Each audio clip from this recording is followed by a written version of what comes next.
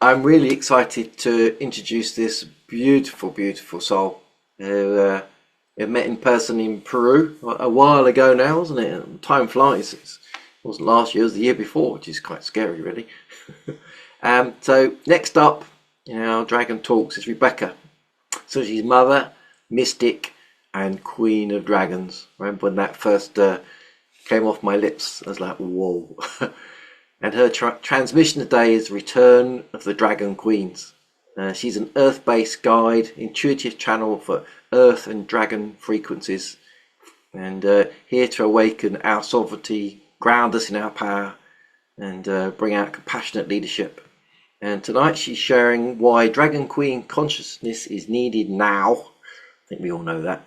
How to embody that frequency in a real human life as a stabilized guardian of Gaia. Wow. Rebekah, welcome. It's beautiful to see you. How are Thank you? I'm excited and I'm also very nervous. That's good. That's good. We I don't know. bite, we don't I eat, hear that and it's good. when we always love everyone. No, it's interesting because I've had a very busy couple of days and it's good, right? Because I didn't have time to like stop and panic and think about, oh my goodness, I have so many pages of notes. Like, how am I going to boil that down? And so I'm not here to as a teacher or wisdom keeper or whatever it is. It's just something that when I got the call to connect with you to speak, I did not know what I was going to speak of. It's just like that. Say yes, and the pieces will fall into place. And so that's how this has transpired. And I love the connection between what Atlantis was sharing and what I'm sharing, because as she was speaking, it's like in my mind, I was going back to when I was in Egypt a year ago. And I literally just started sharing about that trip a couple of weeks ago on my social media, because everything for me, when I go through a process, it's just, it takes its time. Or maybe it's not so much it takes its time. I take my time. I just kind of, take the threads as they come. And it's like I always see everything as weaving a beautiful tapestry, and how one thread can come in. And so it's kind of like all of these threads that have been coming in. And what I was feeling when she was speaking is that connection to Egypt, but for me in particular, and kind of how this has unfolded and why I want to share about Dragon Queen consciousness today, is a culmination of what a journey that I took that began in England to Peru to Egypt. And so I love that, like, you're holding those England keys, or all of those who are here, who are in the UK.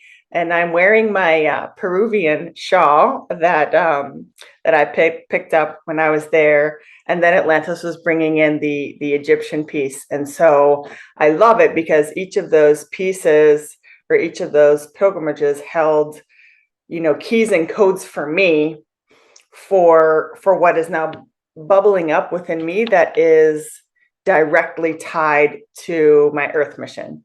And I love that she said in the beginning about, she remembers, or was here in the beginning of the earth. And it's like, boom, like that one came in. It was like, yes, yes, I remember, like I was here too. And so I just love the synchronicities. So I'm going to share a little bit about what transpired in Peru when we were there, because it caught me off guard, because I have been going through this journey of understanding what I'm here to do. Like, when your life falls apart, you start to listen and say, I'm here for something more. And so I've been following the breadcrumbs for years now. And it has been a series of initiations and challenges. And we all know that when we go through challenging times and we have these initiations, it's, sometimes it's just building our strength, right? And it's helping us to break free from these limitations that we perceive that aren't really even there. And so I don't have an agenda, but it's so funny because when um when we were in Peru and the shamanic journey that I went on with you and what transpired, it's like I came home and I started just like writing. And it's funny that Atlanta says that, but I was writing and I would just write and write and write it. It's kind of like until the words just were done coming out of me. And so I've been doing that for well over a year now, because it was September of 2024. I do not know how. We are in January, Kev. I have, it's it just happened.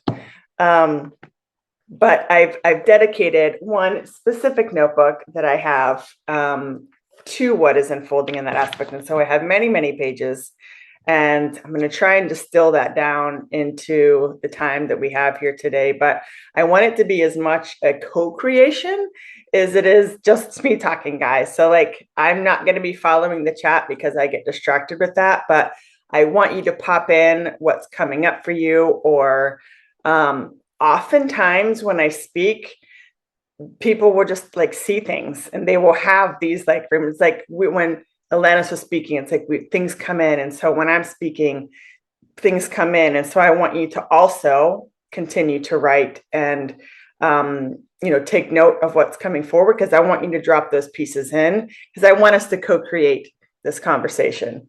And it's as much a transmission. You don't need to take notes because there's nothing here. Like I'm not teaching, right? It's more like an energetic transmission, because I feel that what I'm here today is I'm bringing in a thread. And so I'm weaving consciously and purposefully with this thread that is coming in. But I think it's going to bring threads into other people's awareness and into your future path, that you then begin to take that thread and do what it is, because each of our work is different. Each of us are here to do something different and be something a little different.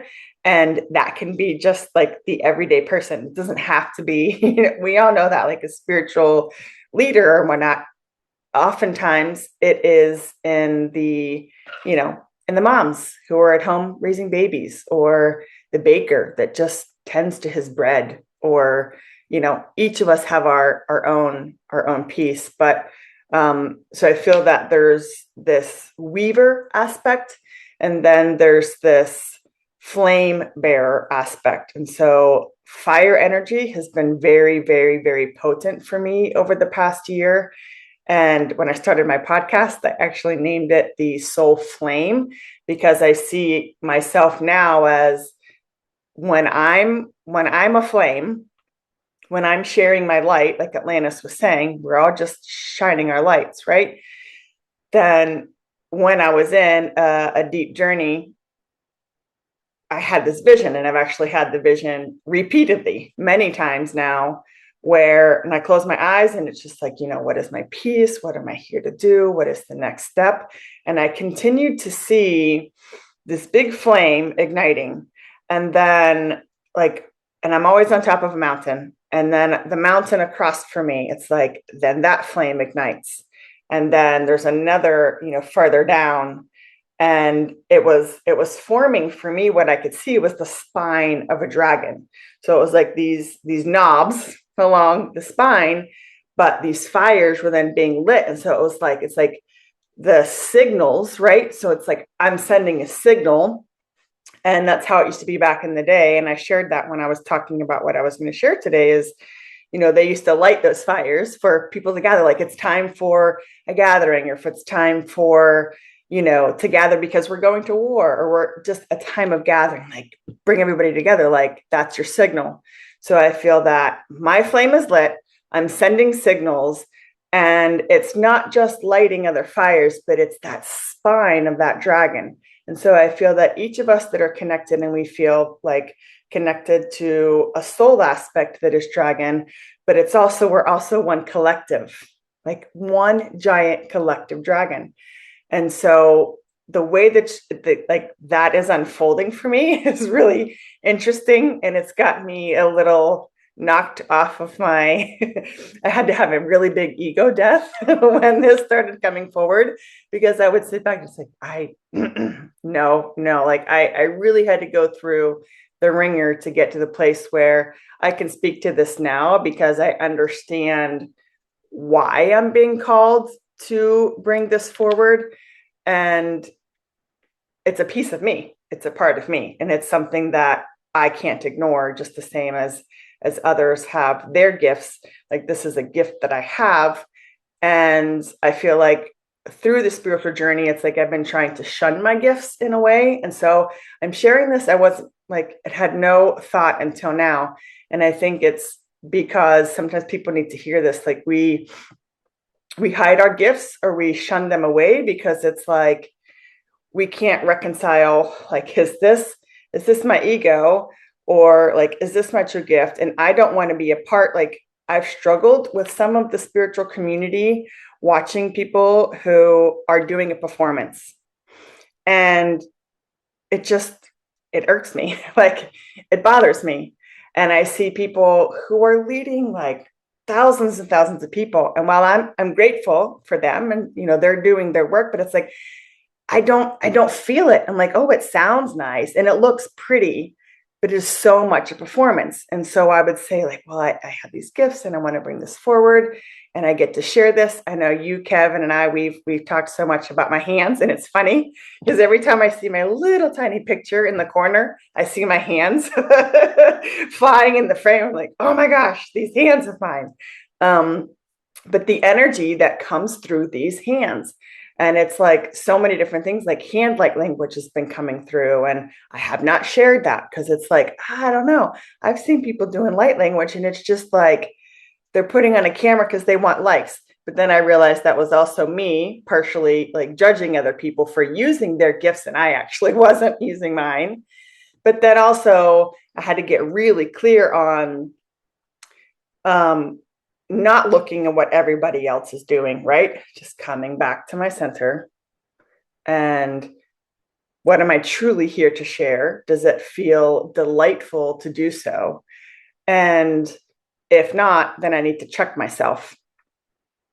But I also don't want to be part of a community and to be in places where people are there just for performance. I have no desire to be a part of that.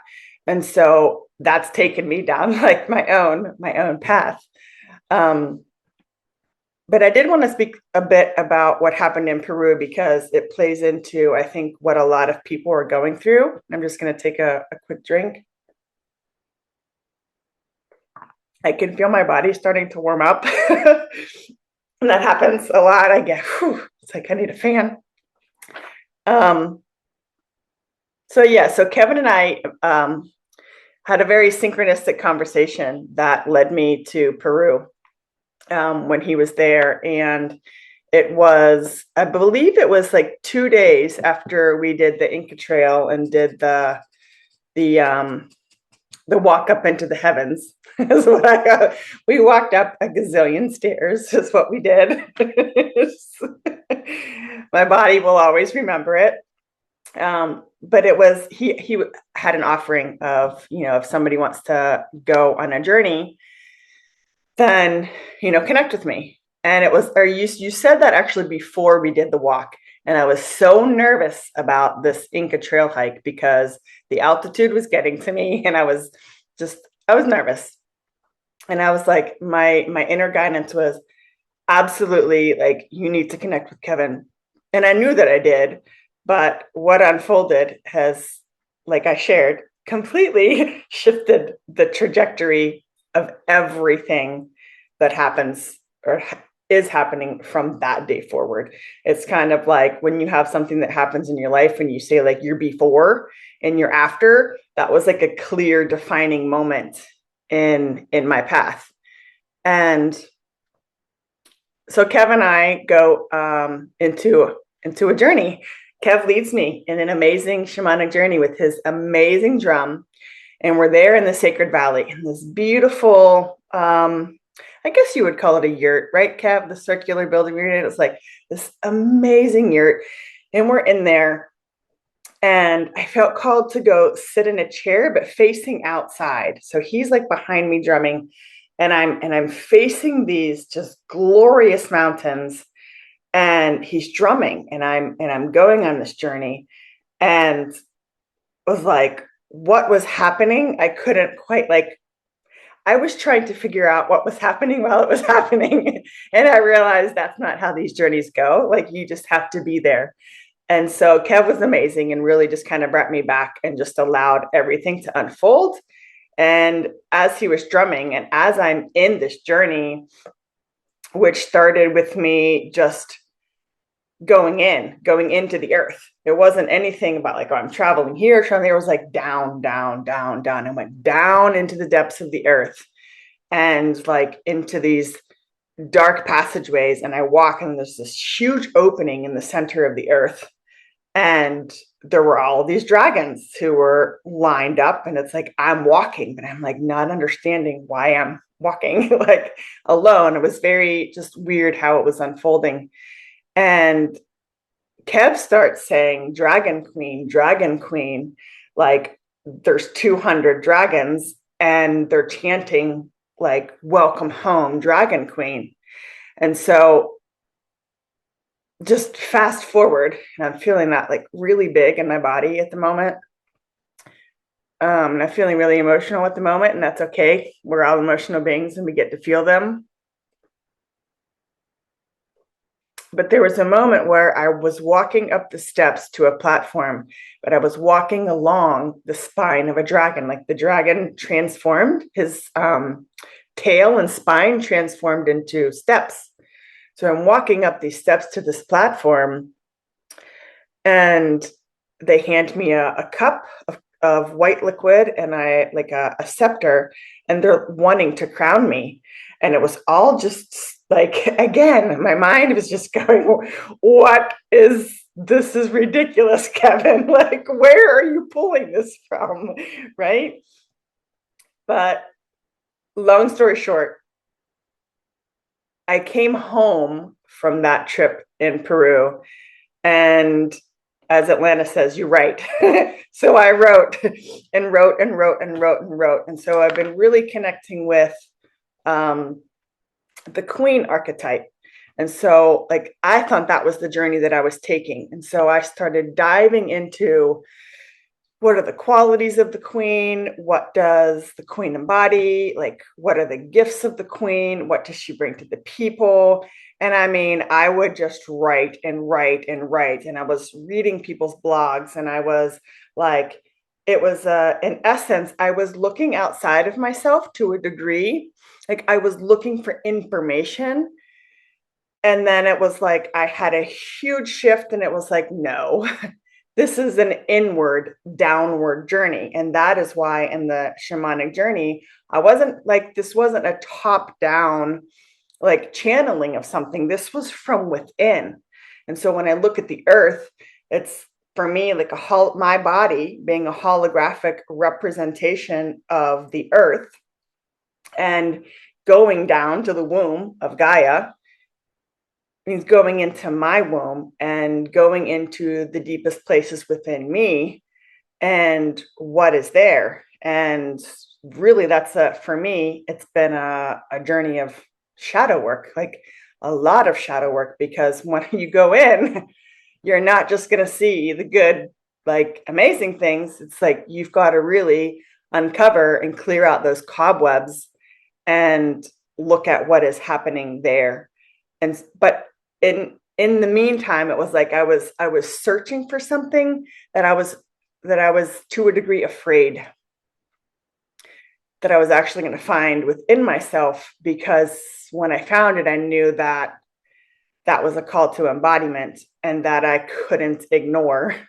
I couldn't ignore it anymore, because like when it comes out of you, it just comes out of you, right, Kev? Like you can't, it's like you can't, something's exploding, like the volcano's exploding, you can't just put a tap on it and like put it back down. So I found myself being really fearful of like, I just know, because this is going to change everything. Like, and it is. Like, that is literally why I'm here today, and why I wanted to have this conversation, because sometimes the things that are bubbling up out of us, they really need to come out, because it's part of our mission. Like, it was in our DNA, and just like stones that are within the earth, holding those records, right? go in those temples and the places that are sacred, like they hold the frequency, they hold the records. And so it's like, well, I have records within me too, that is part of my blueprint of why I'm here, like my mission on earth. And it is very much tied to the dragon queens. And while they are in like what I believe, and of course you resonate with whatever is your truth, whatever you resonate with, you can take whatever I say and take one little piece and like chuck the rest in the bucket. Like you have to follow your truth. For me, I believe that there is a sisterhood of dragon queens, and they are alive. They are on earth at this time, and they're either preparing or they're already out doing their work. And I feel that I've been in the preparation stages. It's funny because when I was journaling a couple of days ago, I literally wrote down in this notebook, I was like, I feel like I've been in a holding pattern for nearly 3 years. And I was like, actually, I have. But in all reality, I've been like hiding in plain sight. Does that make sense? I don't know if that lands for everyone, but I feel that it's not these people who are like, that have it all together, that are perfect, that have the million followers, that have like the perfectly curated offerings and podcasts that are traveling the world. It is the everyday human being, man and woman, who is making the choice to live into their inheritance, which is divinity. Like we are a divine expression or an expression of the divine. We're choosing to live into that, to embody it, and continue taking steps on our path, regardless of what is happening in our lives. I could tell you sob stories. I've got some really big, for lack of a better word, SHIT, like happening in my life at this time. And it's like, okay, this is here to teach me something. This is here to evolve me and grow me. And I can be grateful for that too, because I know the woman that I am becoming is going to need the lesson or whatever it is that's attached to the experience that I'm currently having. But I think that we sometimes see the people who are called to greatness as someplace outside of us. And we look to these, magical, amazing, wealthy, extraordinary people. And it's like what we have, like me as a full-time mom for the past 12 years, that has been just like that journey that I've gone through just through motherhood, which was an initiation of itself, is enough. It's always been enough because it is what is part of my blueprint. What has come forward has always been within me. I've just been trying to put that top on because I knew that once I took it off, my life it's gonna change. And so like a year ago, a little over a year ago, when I was in Peru, it was like, I knew that I was taking the top off of something and I was kind of nervous to do so, but I knew that it had to happen and that perhaps it was even destined to happen. I don't know. But it wasn't until a few weeks ago that that I set a really clear boundary, and I actually said yes to myself. Just before the holidays, I was meant to travel to Florida, and it's a long story. I won't share the details, but I wasn't feeling well. Like I was feeling really heavy. I felt that there were things happening inside of my body that was just part of this detoxy phase that some of us are going through with the snake energy, right? I don't know if you guys are feeling it as much as I am, but it has been really, really intense. This final corridor, this final shedding phase. It's like the snake is saying, like, oh no, we're shedding it all. Because once we hit that horse energy, it's like whatever you're still carrying with you, you've got to get, like, it's with you. Like it's going to be harder, I feel, to like let go of that. So it's really like, we're in it. Like we're in this really uncomfortable place. So I was feeling a lot of that in my body. And it was over the solstice, like all of these things. And I just made the decision. I was like, I'm not going. I'm going to stay home. I'm going to care for my body. I'm going to be really present to what is happening. I understand that nobody understands why I'm not going and why I'm not going to be there for this family celebration, because I honored, like really almost for the first time in my life, I honored what exactly I needed in the moment, not out of selfishness, but out of, it was kind of like a moment, it was like a test, almost like a moment of, are you going to choose what you know you need to do, and you're going to embody this queen frequency of, this is what is being asked of you right now, and it's going to be uncomfortable for others for you to say that this is your choice, right? Because it's often the backlash that we fear the most, not really making the decision. It's like, oh, how are people going to perceive that I'm drawing this boundary, or that I'm saying yes or no, like whatever the situation is. So I was saying no to something so that I could say yes to myself. And so I was home alone for 4 days, which is a really big deal when you're a mom, right? A full-time mom. It's like, there's always somebody home, and there's always somebody who's hungry. Like, that's just, that's motherhood. Thank you, Naomi, for your comment. It just popped in and I really saw it. She says it resonates. I love that. So early one morning, you get to sleep in when your kids aren't home. Like, you get to do whatever you want. And so I wake up at like 6 o'clock in the morning, and it was just wake up where I felt these surges of energy coming through my body. And it's almost like I wanted to just like wiggle in bed. Like I had to just like my spine, and I'm just like rolling over, and I'm tossing and turning, and I'm like, what on God's green earth? So then I hear the dog. Like, I don't know if she could sense me. She's very in tune with me, but she's outside of my bedroom door, and she's walking back and forth, and she's like clickety clickety. And I'm like, oh my God, like I get to sleep in today. Like, dog, go away. Well, she keeps moving, and my body is just like moving. Like, so then this alarm starts going off in my house on the lower level. And I'm like, you've got to be kidding me. Like, what is going on? So I had to get out of bed. I go let the dog out to the bathroom. I figure out what was happening with this alarm that was going off.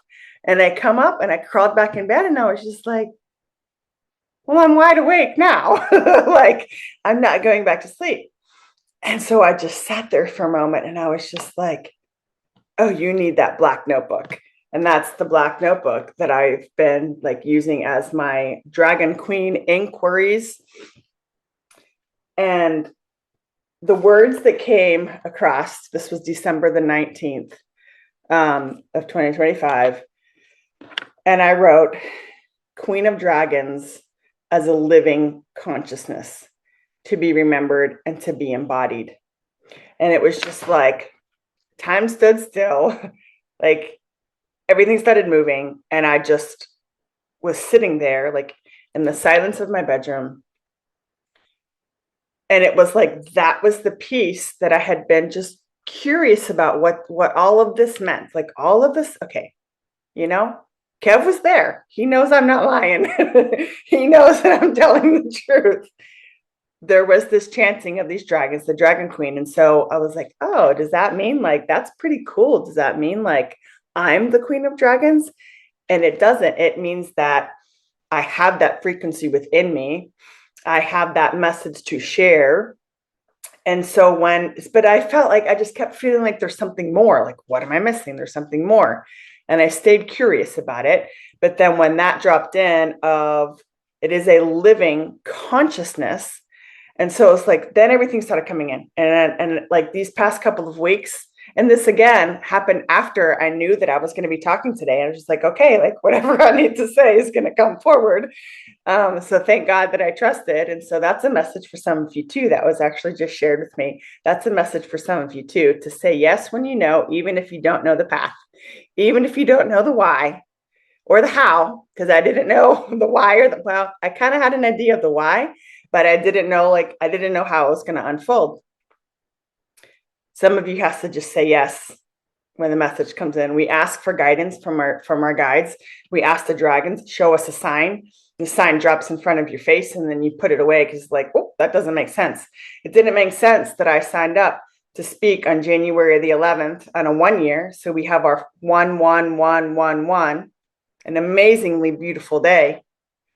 And so saying yes to that, it's like then saying yes to myself and creating the space for my body, like body, mind, and spirit was able to be fully present for that to drop in, because I said yes to myself and I said no to something else. And that was a courageous conversation that I had to have, but I had it anyways. So sometimes it's just following what our guidance is, actually. Like, we make it extra hard on ourselves by getting the downloads, getting the information, and then actually saying, well, that doesn't make sense, or that's too hard, or I don't want to do it. So that just came out. Sorry for all of y'all if that's harsh. Sometimes the Dragon Queen likes to speak really directly, okay? So that explained, like, after I wrote that, then I kept like writing. And so some of the things I'll share, but it was, it took me back to England, and it took me back to that land where when I was there, I had an inner earth journey there as well. Just laying flat on the grass. And it just like, I just dropped into the earth. And so it's always this inward pull, like this inward journey. And there were ancestors there, like there was a whole council. And I'm not really feeling called to talk about that. But then it was the same thing happening in Peru, like with the shamanic journey. And it's sometimes the things that we're actually searching for is held within our cellular memory. And so it's that journey inward. And we're always looking for answers like outside of us or connecting up. And like, I do that, guys. Like when I'm meditating, I mean, my crown is wide open. I'll just pop to like I feel like an entire other universe sometimes, if I'm being honest. But this journey back to the Dragon Queen consciousness is as much going down and into the earth and rooting. And one of the main focuses and words that's been coming through is about stabilization. Like, yes, there's the embodiment piece. And I already feel that there's a whole series of transmissions that are starting to flow from me that are basically from the Dragon Queen consciousness. I don't know how that's going to unfold. If I tried to figure it out now, I would probably say that's too much and I'm not going to do it. So I'm just going to, like, when I get the okay, then I'm going to talk about it. Perfect. I'll talk about it. That's fine. But it's this, what are the right words? Sometimes I look for the right words. Yeah,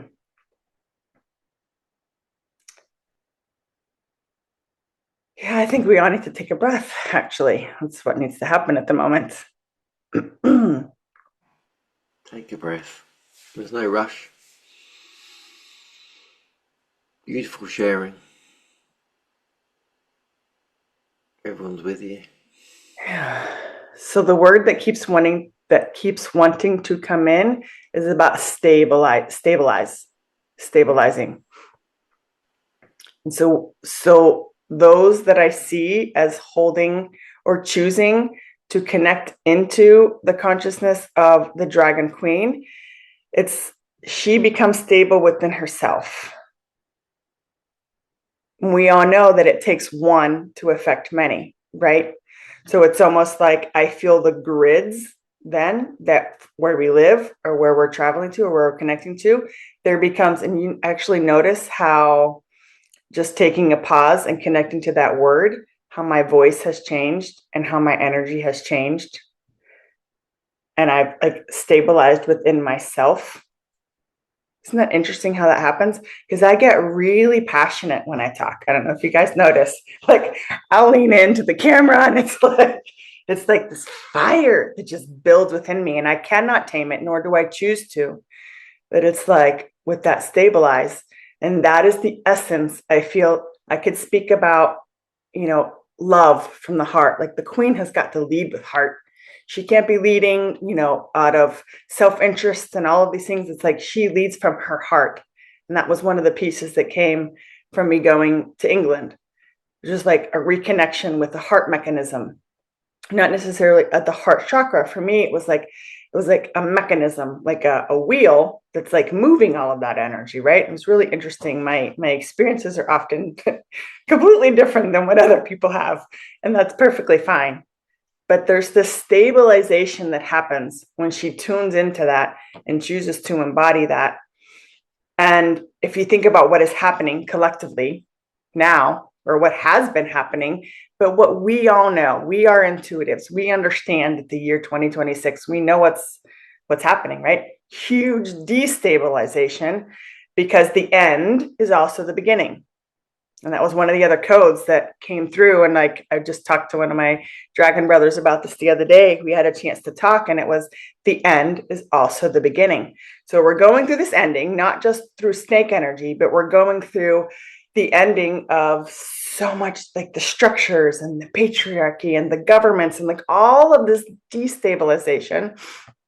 So you think about the role of those tuning into or choosing to tune into the dragon queen consciousness and embodying that, there is this stabilization that happens within them that then affects like those that are around you. So then I compare that to, it's almost like there's layers that I see. And it's like the fire call that's lighting the spine of the dragon. Okay. That's, to me, it's like lighting the remembrance across all of the other men and women who are meant to embody this frequency. That's the spine of the dragon. And then I take like this other layer, and it's like, okay, so each of those people then becomes a stabilizer for the destabilization, but the end is also the beginning.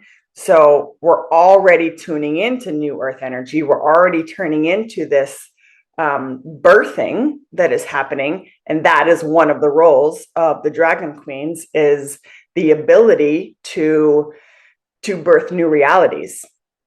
And like Atlantis was saying, even too, like stepping into that higher timeline, collapsing those timelines, and bringing, we know heaven is on earth. And so it's like bringing that in. So there's like these layers that build. And so like I start putting them on top of each other, and it's like, oh, like that makes sense. So it's also a weaving of a tapestry, but then there's also layers. And it's like, I go back to, like, well, if we look at the layers of the earth, and it's like, of course, like if we just went back to the earth, we would understand everything, right? We would understand it all. We really would, because the earth, it's like cyclical nature of things. And, anyways, I could go on that tangent, and I'm not going to, but there's that stabilization piece. And it feels really, really important for those who are having like the ahas, or I need to explore that, to do what it takes to explore that. And whether I get to be one of the people who brings forward that, like, what is the dragon queen consciousness, I'm taking up that torch. I think by just being here to like, I'm being called to do that. I've been like really nervous about it, but it's in me, and I can't ignore it anymore. But I'm not the only one.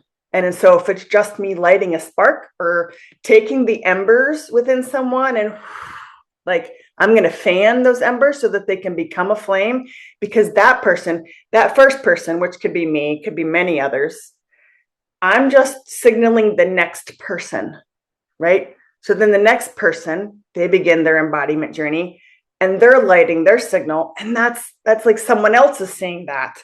And then someone else is saying that. So it's not me, like one person going to, light everybody up. No, I'm just whoever feels like the draw to connect with me, just like each of you who do your sacred work, like the people who are drawn to your frequency, drawn to your offerings. It's like, those are the ones who you're drawn to work with for a specific reason. And then you don't know how that ripples out. So I have no idea how even this talk ripples out. I don't have any idea. The workshops or the transmissions that I'm going to read through, I don't know, because it's not my job to do the whole thing. So I think sometimes we also get to disconnect from how big something is. And I love that Atlantis also brought in about like your dream, because if your dream isn't big enough, or like if you're not scared of your dream, like it's just not big enough, like go get a bigger dream. Like it's not big enough. If you're not scared shitless, your dream is not big enough. Well, mine really, really does scare me shitless, okay? And I do feel the call to take those pilgrimages again. And this time, it's to the UK, but I'm being called to Scotland. And that was one of the words, like I've been trying to keep keywords, have all of these beautiful keys and codes that have been coming in. And I actually really do look forward to sharing them. So many pages, but on one page, it's just like, I'm just going to write down like single words. Oh gosh, we're like, it's already 45 after ish. Yes, I'm going to read through these words because some of them are going to mean something to some of you, and some of them are just like, that doesn't make sense. It's okay. But one of the words actually towards the bottom of my list was Scotland, and that came in for me, and it has to do with moving the crown. And so I think there are people here who are going to need to connect with me, or I need to connect with you. And we're going to do something in Scotland. There's maybe somebody who's on replay, just like, okay, I need to message Rebekah because we need to go to Scotland. But it's about moving the crown to the top of Scotland. And we obviously know that that's going to be like an energetic thing that happens, not an actual placing of a crown. But then that's I've been shown that that's the top. And from there, it flows down into the UK, it flows to Ireland and into France. So when I tune into like France, we go to the Magdalens and to the lineage of the Rose and to Mother Mary. So much of that was towards the end of their lives was, in France there. So there's like just this flowing that is then going to happen. Don't understand it. Like, I'm not saying that I have all of the answers, but I'm just going to drop a little breadcrumb to whoever in here needs to receive that breadcrumb. But I wrote Lineage of the Rose, Mother Mary, also leading back to Hathor and Isis and the Egyptian ancient magic. So Atlantis was weaving that just before. And when I was there, it's so funny when she was talking, I was like, oh, in the King's Chamber, and I had to sit in the middle and I was toning. But I went in the water right where the original gate of Isis's temple. I was literally standing in that gate in the water because certain times of the day, like it's kind of submerged. And then my original call to Egypt was Dendera, which was Hathor's temple. So when I arrived at Hathor's temple, and I have pictures on my social media, it was a huge dragon in the sky. And so when she was talking about that golden dragon, I was like, aha, like I felt you there, and I didn't know who you were, but I felt that same golden dragon energy there, and it was really beautiful. So other things that are coming in. Yeah. So the ancient ones is something that like the words keep coming in. Like if I'm writing or channeling something, it's like the ancient ones are like sharing and weaving through that. So that's a code for someone, and I'm actually burping, so I apologize. Sometimes when I'm moving energy, that happens. Yeah, I already said this. So the stabilizers for both the crumbling and creating the new, because that happens simultaneously. So the crumbling and the rebuilding happening at the same time, and it kind of I feel like it has to happen that way to some degree, so we can't have a complete collapse. It's like things got to be happening at the same time. So that stabilization frequency. Sophia, I was really connecting with the Sophia dragons when I tune into this frequency. And for me, what that represents is the heart womb connection. I think so many of us, like we go to our heart, like we go through the chakras and things, but it's kind of like the birthing happens in the heart womb. It's like not separate. Does that even make sense? Like, I don't know how to articulate that and put that into words. Someone may be able to do it a lot better than I can, but it's like the heart and the womb being one to a degree. And it's like we're birthing from the heart. So it's a heart womb. It's not separate. It's not a heart and a womb. It's a heart womb. I don't know. I think y'all know what I'm trying to say, but okay. Kev's giving me the thumbs up. So the Sophia dragons, I feel like at that time of the earth, like earth coming into form, the Sophia dragons. And so it's like when I had that recollection of, yes, I was there in the beginning. Spiraling inward, not top down channeling of this frequency. That is part of the prophecy of the divine birthers of the new golden age of miracles. Very connected to Christ consciousness, because we all know that there is the masculine and the feminine aspects in all of us. So it's not separate. We know Christ consciousness has masculine and feminine aspects. So I feel that it's like a divine feminine being this dragon queen frequency. It's just what it's bringing forward is really specific, if that makes sense. So I see it as like divine feminine Christ consciousness, but there's like a specific stream that comes through that. And it's like, I mean, Kevin knows. Kevin could, and I can't wait to hear like what you have to say about this, because I feel that when you take the dragons and the queens and you put them together, it's like, what? Right? Because we know that they come with so much healing, so much power, so much grace, so much creation energy. They can, both destroy and create. It's like these beings, we all know we're in the dragon thunder group, right? So it's like we know these magnificent beings. So the people who are called to embody this, you take a queen who is not about like, and I shared this in the post, it's not about like the rulership or whatever, like you guys know that it's the embodiment of the frequencies. And you take the dragons and it's like you interlink them, shit's gonna happen, like in the best way possible. I don't mean like it's gonna be bad, like it's gonna, like, I don't know, for me it's like you just bring the two together and it's like otherworldly what can happen.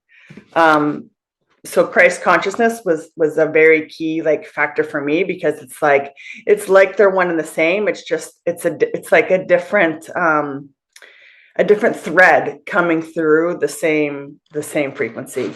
A return to our divinity, which is our inheritance. I've already said that. Scotland was just a single word that I wrote. And it's a really big shift into sovereign co-creator. So being sovereign, which we always think is associated with queen or king, it is our right to create our reality. Like, I think we forget that. It's our right. Like, I'll say it again. It is our sovereign right to create our reality. And we've been conditioned and programmed that first, we don't have the power to do that. And like, who do you think you are that you can create your reality? Well, yeah, I'm a divine daughter of Source. That's who I am. And I'm also a dragon queen.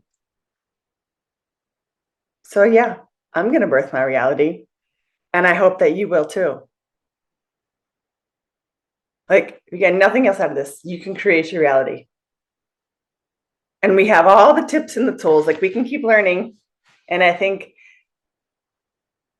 the last words that I wrote on this page was the embodiment for me as a mission for my higher self, but like a destiny path for my oversoul. And so I look at the last 9 years. I could tell you stories about the last 9 years, and we're like, I want to have time to talk to you guys, but it's like, I've been in a healing journey for 9 years, and it started very like traumatically with death and birth at the same time. And it's this ending for the beginning happening simultaneously. My brother's death, the birth of my son, dark night of the soul. That was just boom, boom, boom, how it happened for me. That was not the beginning of my journey, but it was kind of like in the apex of my journey. So I spent the last 9 years just healing, like going on this healing journey. So for me, coming out, and now I know it's time to do my work, and I know what work I'm called to do. And I'm really excited about the things that I've been creating behind the scenes, but it's an ending for me, because it's an ending of that phase of I was just so focused on like, I've got to find the pieces. I've got to figure it out. Like, why am I on earth? Because people say all the time, I just want to help people. That's the beginning. That's the call. You get that call. I want to help people. I want to help humanity. And how many times have I heard women say to me, I just want to help people. Yes, I get that. So follow the breadcrumbs. Go follow your breadcrumbs. So I've been following my breadcrumbs and going on this healing journey.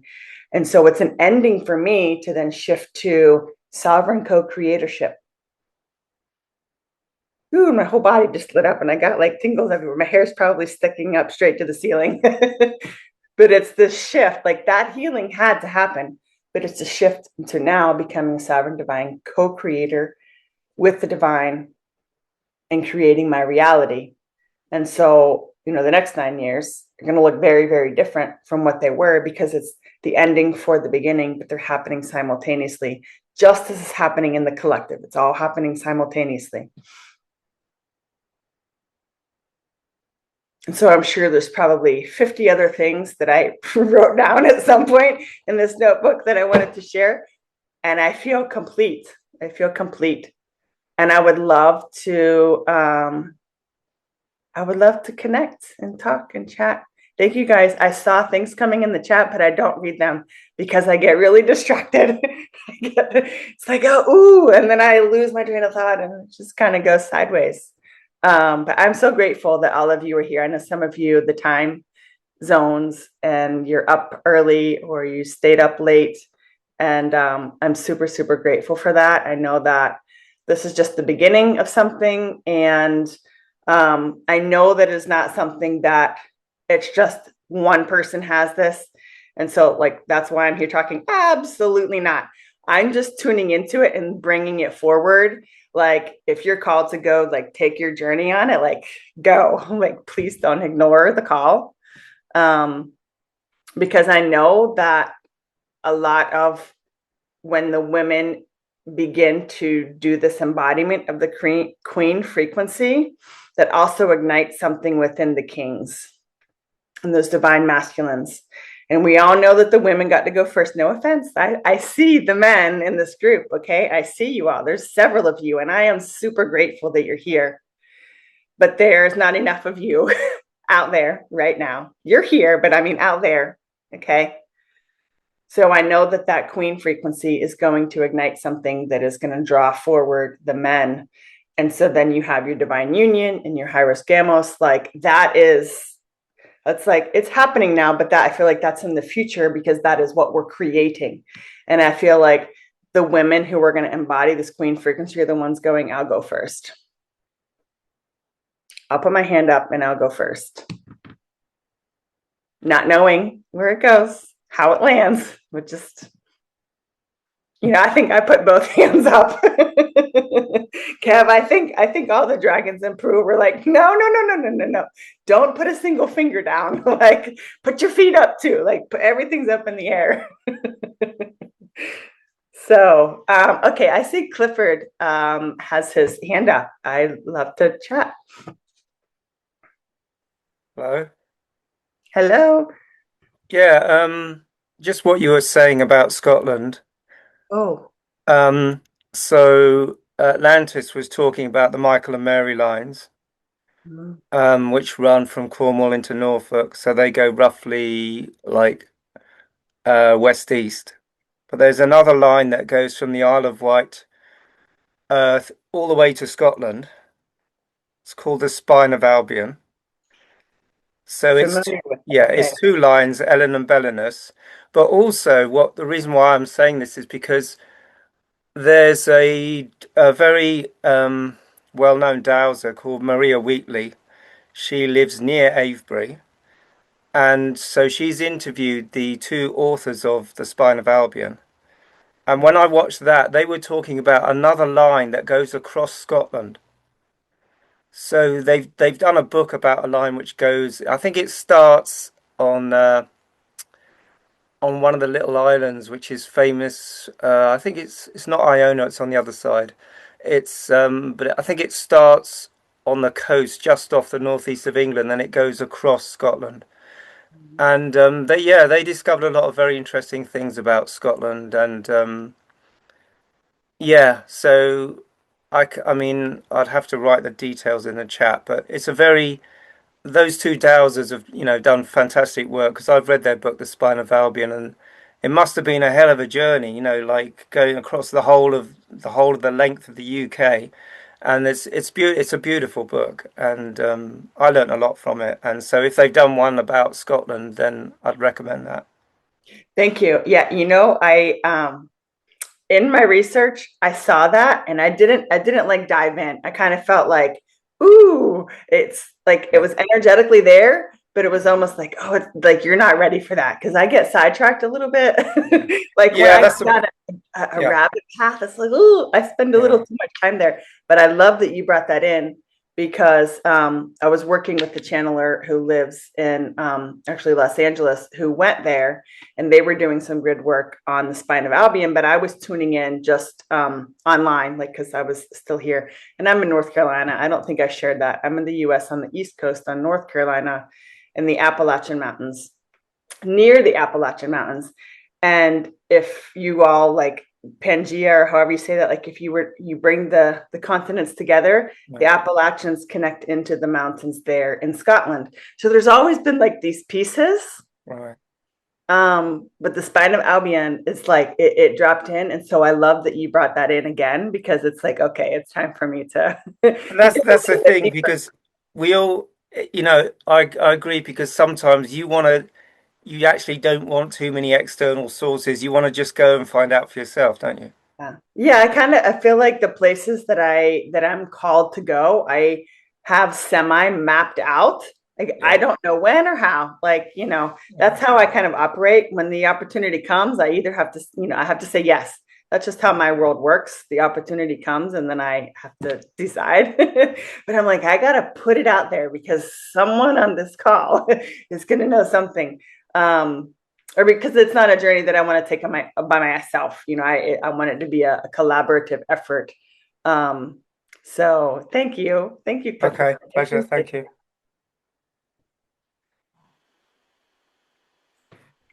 Ooh, I see a lot in the chat. What did I miss, Kev? I know you've been reading it.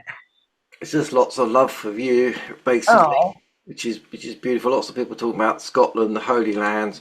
It's very interesting because the dragons always bring me guests that connect completely, and then they often connect to me. And I love just that everyone's talking about the Albion dragon because a lady that I've been working with for quite a few years talks about Akashic records and the rest of it, and we had a conversation before Christmas, and she said, I've got this quest coming through and I know it's to do with dragons, so I'm connecting with you. So I said, okay, let's open the map of the UK and just tap in. And we ended up with the southwest of England, and we've got Durdledore, we've got Wales, Snowdon, St Nectan's Glen, Tintagel, St Michael's Mount, which is on one of the lines. We looked at the dragon ley line, and we mapped it out, and it turns into a dragon. And we were like, this is just the beginning. And then I tapped into it, and we realised that this is the starting of the southwest near the dragon ley lines, and that we are honouring the land, the ancient dragons of the realm, and Albion dragon. And that's where the Albion dragon came in. And then we were talking about clearing, enabling, and receiving. And I've got this post that I had here to share, just to show you that I couldn't type this much. This I prepared earlier to show you that the synchronicities of this. So we're doing a mini quest in the southwest of England where we're going to visit these 4 places and then Scotland. And there's a lady that's moved from Italy to the Midlands of England in Yorkshire called Alessandra Giuliano, and she's talking about a big quest up there on all the islands and the beautiful stones up there, and a dragon quest. So that's sort of our next bit. We're not quite sure when that's going to happen, but we've all put our hands up to say it's going to happen. So there's something here about reawakening the land and the dragons in the land. And if all the queens, because at the end of the day 97% of the people that are talking about dragons within the Dragon Thunder are ladies. There's a few of us guys holding the space, but there's a small number of us. And you're right, once the queens awaken, the kings will step up, because the kings will step up to look after the Queen while she's doing whatever she's doing. So there is a big movement happening here, and no one understands where it's going fully, but we're all putting our hands up and going, yep, I'm in. And like you are, Rebekah, I'm in, I'm fully in, and yeah, on the way, I'm feeling a little bit like, is this really for me? And then there's an ego death, and you realize it's not about you, it's about just being the one person that steps forward, and maybe that inspires the next and the next and the next, like you say. And then there's that, you've seen the spine, and I've seen the spine going up the middle of the UK, and bringing us, because we are at the moment fragmenting, the world's fragmenting, and therefore we need to bring the energies back together. Maybe, however, I don't understand fully how it's going to work, but we're all just turning up with the intention of connecting to the land, honouring the land, receiving from the land. It's just a good beginning. Yeah, so I think it's beautiful that it's led through. So did you already have written on your post next Scotland, but you hadn't shared it yet? Yeah,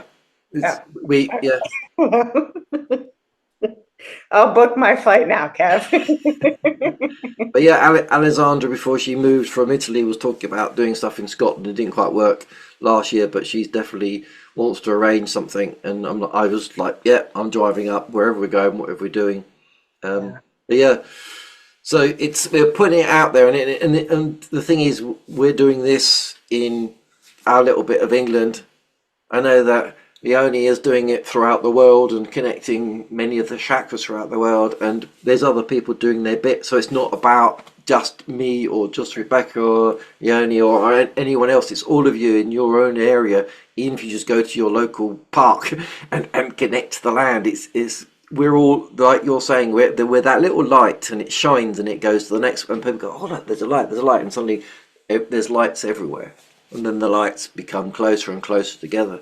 It just raises the frequency and the energy of the planet to bring in the new Earth. The new Earth isn't a new planet, it's this planet with a higher frequency. I mean, that's what I'm seeing anyway, and I'm sure we're all seeing different things, but everyone's doing their little piece of it. Yeah, you've got your hand up, please speak. Oh, hi everybody. Hello, Rebekah. So lovely to listen to your story. Really, such an inspiration, and everybody's here bringing beautiful energy. I just wanted to mention about all of us doing the work and holding the codes and working with the grids. I saw a really lovely short reel some months ago on social media somewhere. I have got the link, but I can't find it right now, where the guy said that women, whether they know it or not, carry the codes required for the new earth in their wombs, and just by being there and just by going to a place, just by walking on the land, you're bringing those codes in.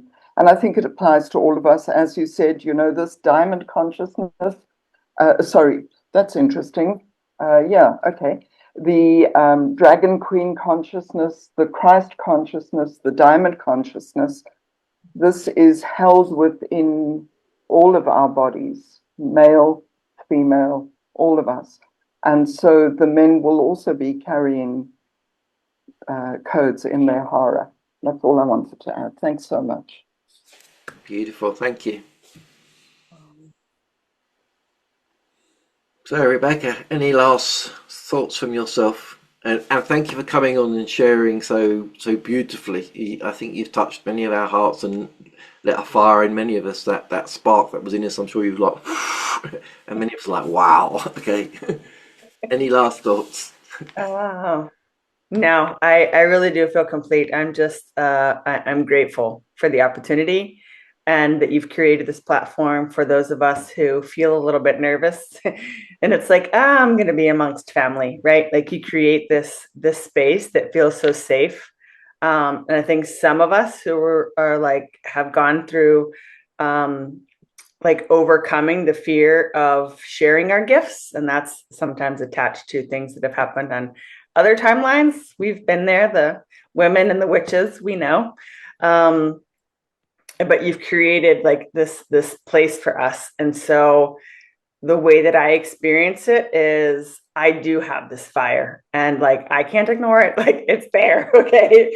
And when it starts to come up, but it feels sometimes really vulnerable to just like go out on social media or like even post stuff on YouTube. It's like, I don't know. I come with like a truthful fire. And it's like this space, it just feels like a perfectly natural place to share. And I'm sure that others feel the same. So I'm grateful to you, Kev. And yeah.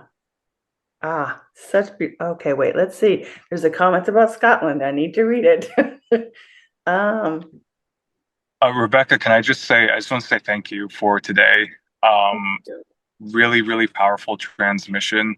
And I'll speak for myself, but I feel like, it will resonate with most, if not everyone who's listened to this, is that I really, this Dragon Queen thread of Christ consciousness that I have known is within me. But after hearing you speak, after this transmission for the first time, I feel it actually alive inside of me. Oh. And I feel you've just done that for many, many people and for all of us as a collective in many ways. So I just wanted to really offer you deep gratitude. Love you, Dragon Sister. And I can't wait to see what else comes from you. Thank you, brother. I can't wait to hear and see what comes from you too. Thank you, brother. Oh my gosh, you guys are the best.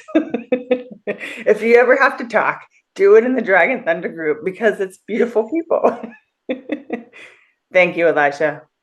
He has some amazing things coming too, people. If you don't know who Elijah is, you need to.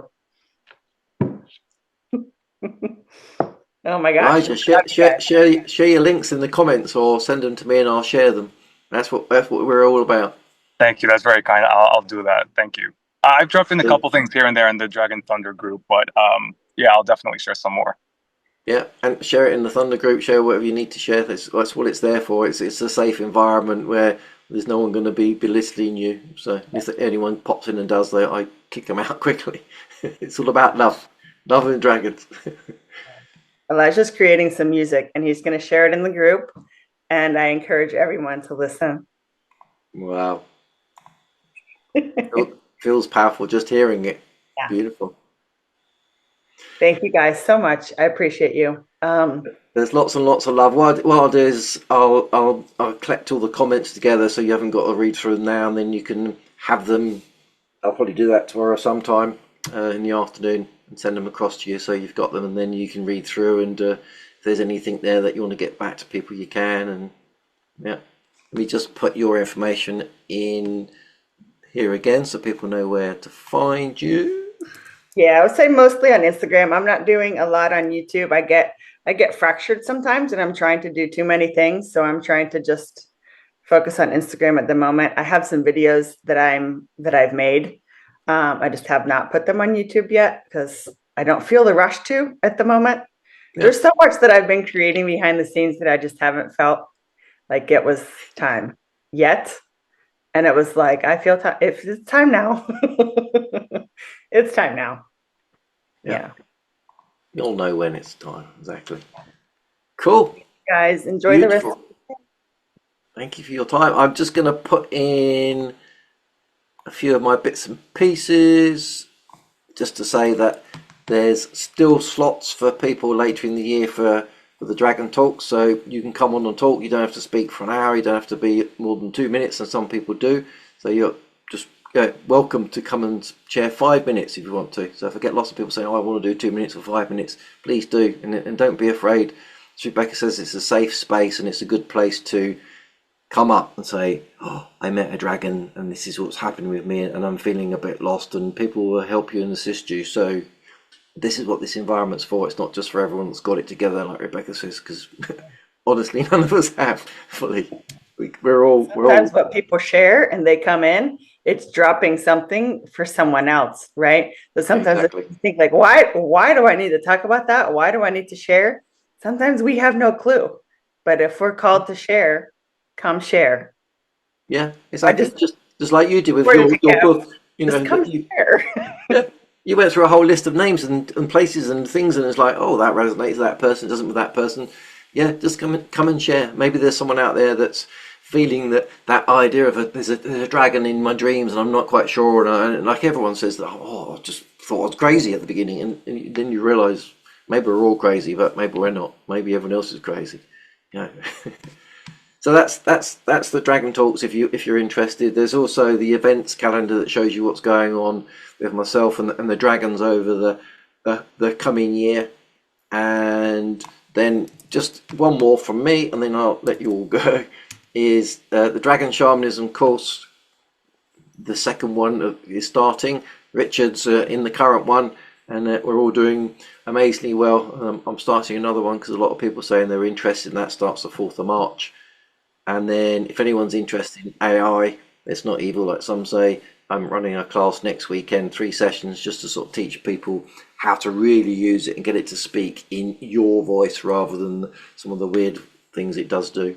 Like, you just teach it who you are, you know, what your business is, what you do, what your ethos is, that you're interested in dragons and the rest of it, and just generally your voice, so it can speak to you in a way that's better than its sort of standard Americanization. I think against Americans, I want it in my British English, and you want it in your French, and you want it in your German, and you want it in your American, you know, whatever it is, you teach it to talk to you. So I spent $1,000 and worked with Tony Robbins and have learnt a lot, and I'm just sort of sharing some of the basic bits. So if anyone's interested, I think there's 2 people on the course so far. If there's only 2, then so be it. We will teach you whoever we need to. So it's beautiful. What a way to start 2026. Woohoo! 2 powerful, beautiful souls. Rebekah, thank you very much for stepping forward. It was gorgeous to listen to you. And as you were talking about the story in Peru, I just had full remembrance and full shivers. I was like, oh, I remember standing there behind her drumming, and she was like, I am the queen, sort of thing. You know, oh, I think I am I? Maybe I am. Should I own it? It's like, own it. That's exactly how it went down too. Like, am I? Is it? Am I? Gorgeous. Thank you very much. And I will see you all next time. Have an amazing week. Well, there you go. Bye.